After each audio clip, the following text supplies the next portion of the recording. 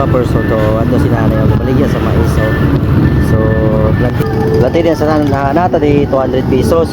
So balantan isang naay sa linding, nga bayad sa linding. Ano sa lakata ka person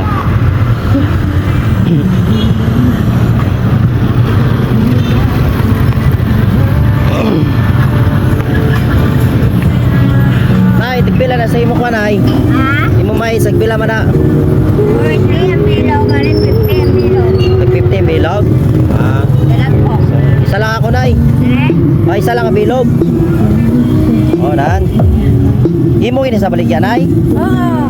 Ay, imo gini sa tanom? Hindi, kumpra ko lang. Kumpra mo lang isa. So, Salamat.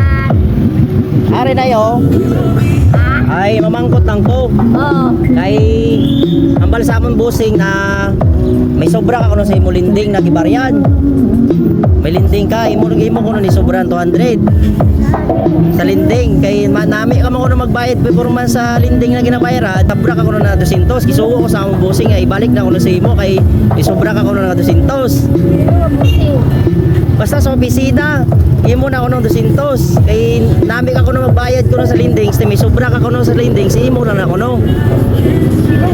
Basta, kambalong ko lang akong busing, ina ko ng 200. Piki na isa ha? Piki na isa, ay isa hindi. Hindi Basta, imo lang na sanay. Kay ambal sa among busing, may 200 sobra sa linding na bayaran nimo kay mayo ka man kuno bayad sa linding, imo na kuno sobra. Basta imo na sa kuno, imo na kuno idungag na kuno sa imo negosyo. Teo, imo na sa kuno. Basta amo na to sa imo na kuno 200 idungag sa imo negosyo.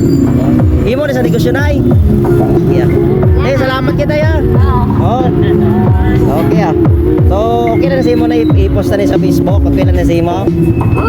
Okay, salamat na ya. Okay. So, sige na, salamat na yan. Ato na sa ka-person, iplantida na sa aton 200. So, maay na ito idugag siya baligya. Sige, bye-bye.